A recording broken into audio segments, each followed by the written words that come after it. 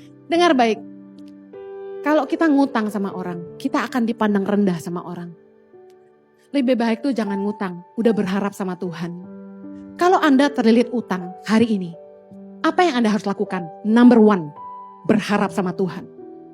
Yang kedua, kita lihat apa yang kita punya dan bisa dijual, lebih baik kita jual. Jangan gini, minjem sama orang tapi sendiri masih punya mobil mewah. Apaan sih? Jual dulu mobil lu gitu kan. Jadi ada orang yang misalnya ngutang sekian dia gak mau lunasin. Dipegang sisanya dia beliin mobil. Gak bisa gitu dong, orang gimana mau bantu kamu? Dia lihat kamu aja masih senang hidupnya. Jadi kalau kita tuh mau dibantu orang, jangan eksis di sosial media itu gayanya mewah-mewah. Kita yang bantu jadi malu. Ngapain gue bantu dia, ternyata dia lebih kaya dari gue gitu kan. Dengar, jangan berhutang. Karena firman Tuhan bilang, yang berhutang itu jadi budak dari yang menghutangi. Amsal 22 ayat 7. Kemudian, kita tuh cenderung, kalau punya masalah, kita selalu datang minta nasihat dari orang. Salah nggak? Nggak salah. Tapi, dengar baik. Kita harusnya itu lihat apakah orang yang kita mintain pendapat, dia itu hidup berdasarkan firman Tuhan apa enggak. Jangan mendengar nasihat orang fasik, kata firman Tuhan. Jangan datang ke orang yang salah. Karena dengar ini baik-baik. Mereka yang memberi masukan tidak ikut menanggung akibat dari keputusan Anda. Misalnya orang kasih Anda masukan. Udah ceraiin aja suamimu. Terus Anda ikutin masukan teman. Kan saya lihat di IG tuh, waktu saya daily devotion saya lagi di-upload tentang pernikahan. Ada perempuan-perempuan yang marah sama saya karena mereka sudah bercerai dan khotbah itu tentang jangan bercerai. Enak aja, kalau kita bonyok dipukulin suami, emangnya harus diam aja? Lah berarti dia belum dengar khotbah saya yang lain gitu kan. Anda boleh berpisah kalau Anda sampai mendapat kekerasan fisik, tapi berpisah sementara. Kalaupun mau bercerai, firman Tuhan bilang gak boleh nikah lagi. Boleh gak berarti pisah? Boleh, tapi dengan satu bayar harga. Gak nikah lagi sampai kita tidak terikat lagi, artinya dia dipanggil Tuhan. Saya bilang gini, jangan dengar masukan sembarang orang. Bijaksanalah memberi telingamu kepada orang. Kenapa? Waktu kita ngikutin saran dia, belum tentu kalau kita punya masalah, dia mau nolong kita.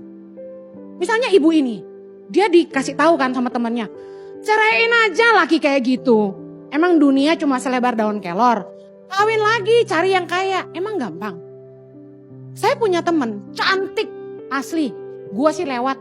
Tapi hey, dia nikah udah 2 kali. Dua-duanya kaya, tapi sama jahatnya. Gimana? Emangnya second marriage will be better? Ada jaminan? Udah cerai nikah lagi. Saya bertanya, ada jaminan gak kebahagiaan di pernikahan kedua? Belum tentu. Saya pernah ketemu wanita yang menikah 3 kali. Berapa kali? 3 kali. Cukup gak buat belajar? Saya tanya. Cukup gak? Mari kita belajar. Saya tanya sama wanita ini. Dari 3 suami Anda, mana yang paling baik? Dia bilang, yang pertama meskipun membuat menderita, masih bisalah ditoleransi. Yang 2, 3 lebih jahat lagi. Kita cerai pun bukan jalan keluar terbaik. Saya balikin lagi. Oke, Anda sakit hati suami atau istri selingkuh. Anda memilih bercerai. Saya tanya, kalau Anda di posisi itu, Anda yang selingkuh, apa yang Anda harapkan? Dia ampuni. Ampuni. Berlutut di kaki pasanganmu, cium jempolnya, jarinya, semua. Banjiri dengan air mata. Ampuni aku, gitu kan.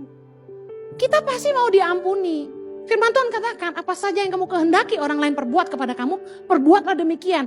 Dari seluruh hukum Taurat dan kitab para nabi bergantung dari ayat ini. Bahwa bagaimana kita ingin diperlakukan, perlakukan itu ke orang lain. Kalau saya memilih diampuni pasangan saya juga harus mengampuni pasangan saya. Gak ada yang sempurna. Ketika ada masalah dalam rumah tangga, pasti ada sebabnya. Dan gak mungkin sumbernya cuma 1, pasti 2. It takes 2 to tango. Kalau kita mau Tuhan terlibat dalam hidup kita, dengar baik. Pastikan kita hidup dalam kebenaran.